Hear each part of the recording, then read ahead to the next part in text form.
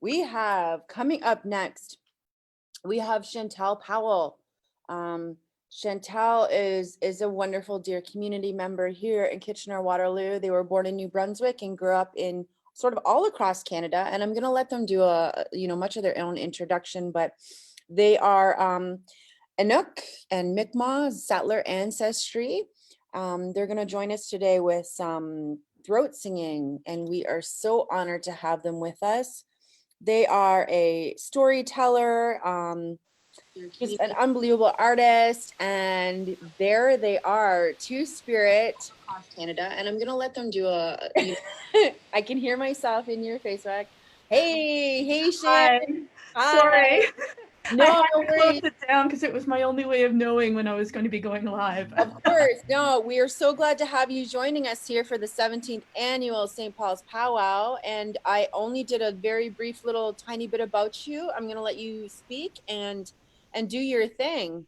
Okay. Take it away, Shan. And Nakamik. Attila Hai and Bojo Ani. My name is Shan or Chantel. I'm Inuk, and I am also Mi'kmaq, and I am also from settler heritage. So I kind of am dressing to reflect that a bit today. This is a choker that I recently made. It was really, really nice. Wanda helped me make this one. And I'm very, very grateful for her help in that. And these are feathers that I had found for myself, and I put them on here. What I'm wearing right here, this was a gift to me that's very precious. This is walrus ivory on the top in the form of a polar bear. And down here, this is actually a polar bear claw, so you can have an idea of how large they are and how fierce. You might not know that the polar bear is an extremely intelligent animal. People tend to think of animals being as dumber than humans, perhaps, and maybe some are, but a polar bear is known for its great intellect and plotting, and they are thought to be even more clever than humans. So we have to be careful because they're truly the apex predator. So that I was able to receive this as a gift is very meaningful to me. I am primarily an artist. I have been doing throat singing since I was a child, but I was raised in a kind of a strange situation. Uh, a lot of Inuk or Inuit rather, or maybe raised up north, but I was not. I grew up all over Canada. I'm from New Brunswick originally, but I've lived all over New Brunswick, British Columbia, Newfoundland, Nova Scotia. Now I'm here in Ontario, and I'm very grateful to be welcomed on this spot of Six Nations, the Haudenosaunee and the Anishinaabe. So thank you, Miigwech, for that. Today I'd like to try doing some throat singing. Traditionally, throat singing is done with two people, and you'll be singing face to face, maybe with your foreheads right on one another. I did not grow up doing it that way because I didn't know about it that way. I just knew how the sounds kind of worked. And traditionally there are some songs, some of them are lullabies, there's some that you sing the song of a goose perhaps. I don't know the traditional songs. I know roughly how to do the other ones, which are the head to head ones that you're making up on the fly. Only I didn't do them with other people. So I learned to make the noises myself or to mimic the animals around me. So what you're going to hear is not the traditional way of doing it, although the sounds may be similar. So let's see what happens here.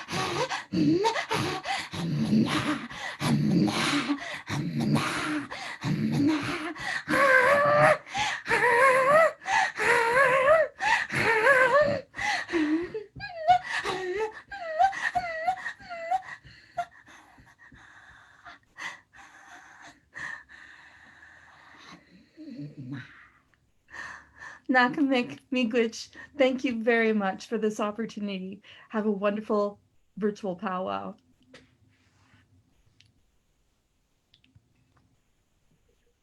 Hey, man, that was so beautiful. Thank you. Seriously. If we had been doing that back and forth, I would have given up. You would win. You win, definitely. You I laugh would be first. I would be on the floor. I am a smoker as well, so I would have given up a long time ago. Seriously, amazing. And so you're like self-taught. You've just been improvising. I was mostly self-taught. I've been very, very lucky during the COVID times, actually, because I've been able to do virtual training with other singers. I've done some singing with Scylla and Rise. If you haven't heard them, please look them up. They're fantastic. They've got way more practice than I do, and the stuff they do is truly beautiful. And they've got some music that accompanies them too, and just adds a certain modern something that's really cool. Another group that I trained with is called Pixic, also very good. That's Piqsiq, and another fantastic throat singing duo. And of course, there's Tanya Tagak, who really kind of got me back into it. And I really appreciate the way that she's doing it very experimentally and as a solo artist. So it made me feel like, oh, maybe I'm not so out of place. There's a spot for me too. If she can do it solo, so can I. Oh, yeah. No, absolutely. And I know, I watch your interludes and interactions with Tanya Tagak on Facebook as well. So I know that they are also interested in your throat singing and how beautiful it is. It's just wonderful. We're all in awe here of what the music that you're creating by yourself in your home in front of your computer. It's truly beautiful. I did want to ask if it's possible, could you talk a little bit about some of the art behind you? I'm going to guess that's yours. Most of it is, not all of it. That one is not. This one is not. This one's not. But pretty almost everything. That one's not. And that one's not. But this one is. So I've been doing embroidery lately. It's my thing. Here's my pooping caribou that I haven't added the poop to yet. You need to know that it's pooping because caribou don't normally stand with their tails up like that. It's just when they're going to do a number two. So I haven't gotten around to putting the beading in. I just thought that this would be a fun interpretation on a caribou. And there's a very famous Inuit artist, and I cannot remember her name, but it's terrible. She did a print of a pooping caribou, and that kind of influenced my idea for this. And also, there are not a lot of scatological stories that are involved in Inuit folklore. It's pretty funny because I like poop jokes. I can't help it. I've also been, there's a work in progress that while the powwow's been going on, I've been working on. And this is going to be part of a larger piece. I don't know if you can see it properly. But yeah, this is a piece that I'm going to be working on. I don't know, this may be something that's much, much, much larger and embroidered. This is almost a month's work right now. I'm not very quick, and embroidery is not a quick process. But this is actually my interpretation of a very important character from Inuit folklore, and her name is Nuliajok. or Nuliaihok. I have a hard time saying the name still. The easier name for her, that is probably for us people who can't speak Inuktitut so well, is Sedna, who you may have heard of. And there's an interesting story that goes with her. And there are many, many versions of it because the communities across the north are so far apart that everyone has their own slightly different version. I'm going to be working on writing my own for this and hopefully getting that published. But the salient points are this, is Sedna was living with her parents in a little tiny community, and she would not take a husband. They wanted her to take a husband, and she just was not accepting any offer that was coming along. In some versions, she falls in love with a dog, and that's just not accepted. So she gets kicked out, ostracized from the village. In other stories, she gets married off to this man who seems perfectly nice at the time, but ends up actually being an evil bird in disguise. So there's a lot of interchange between human and animals that happens in these stories.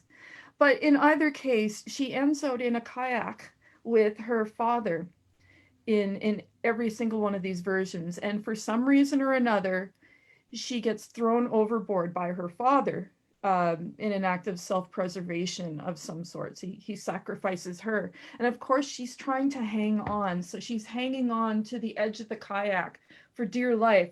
But her father has no mercy at all. And he takes his knife and he chops her fingers completely off. So she can't hang on to the kayak anymore. And so she sinks down, down, down into the water. And as she's sinking, and this is my version here, so this is before she's totally transformed. By the time she gets to the bottom, she doesn't have legs anymore. She's more like a mermaid, you might say, because her bottom half is fish. But as she's sinking, her fingers float up. Her blood flows up from her fingers as well. And these turn into all of the animals of the sea. So it will turn into the seals and the whales and the narwhals, all that. In some versions where she actually took a dog as a husband, she gives birth to a polar bear, and that's where polar bears come from as well. And her blood all turns into the fishes of the sea. Now, when you live in a place as far north as Resolute Bay, let's say, you're not going to eat a lot of vegetables because it just doesn't really grow up there. So you rely very much on the animals of the sea for your food if you're on the coastal regions. So with her creating all of these animals, she has suddenly become the most powerful character that you can imagine because she controls the fate of the Inuit, and Inuit means humans of the people. She controls their fate. She's obviously pretty PO'd. Okay, because she just had her fingers chopped off. She's been thrown in the water. It didn't work out with whoever she may have married or wanted to marry. So she's understandably angry, and her hair is a big, terrible mess. So what you have to do if you want to appease Sedna or Nuliarok, and you want to make sure that she will give you food, is you have to send an angakok or a shaman down into the water to comb her hair for her because she can't do it for herself. And if you comb her hair, then she will be appeased enough to release some of the animals so that the people can live. So she's very important, life and death. Uh, Other pieces I have in here. This is a painting that I was gifted a while ago. I'm afraid I don't read Inuktitut. They'll show you the writing on the back. This is the artist's name, and I can't remember her name right now. I'm very sorry. But this is a painting of an ulu, and an ulu is a traditional women's knife. And there's different kinds of handles for them. So this one would fit like this, but there's also ones where it'll come down on either side and you can slide your hand right in. And they're really good for things like skinning and chopping. They're really good for cutting pizza, just so you know. So it's pretty useful. And it may have been an ulu, the woman's knife that was used to cut off Sedna's fingers. And if you look at some traditional Inuit tattooing, These are not permanent on me. Someday I would like to get them. There are different meanings for different tattoos.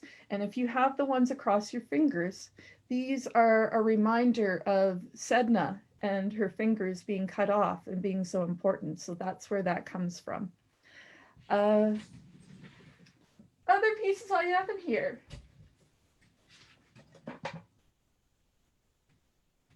I don't know if this one will show up too well. This is more of a, it's kind of glowy here, so I'll tip it around a bit. This is more of a fantasy picture with the polar bear, also known as Nanook, swimming underwater and trying to catch an Arctic char.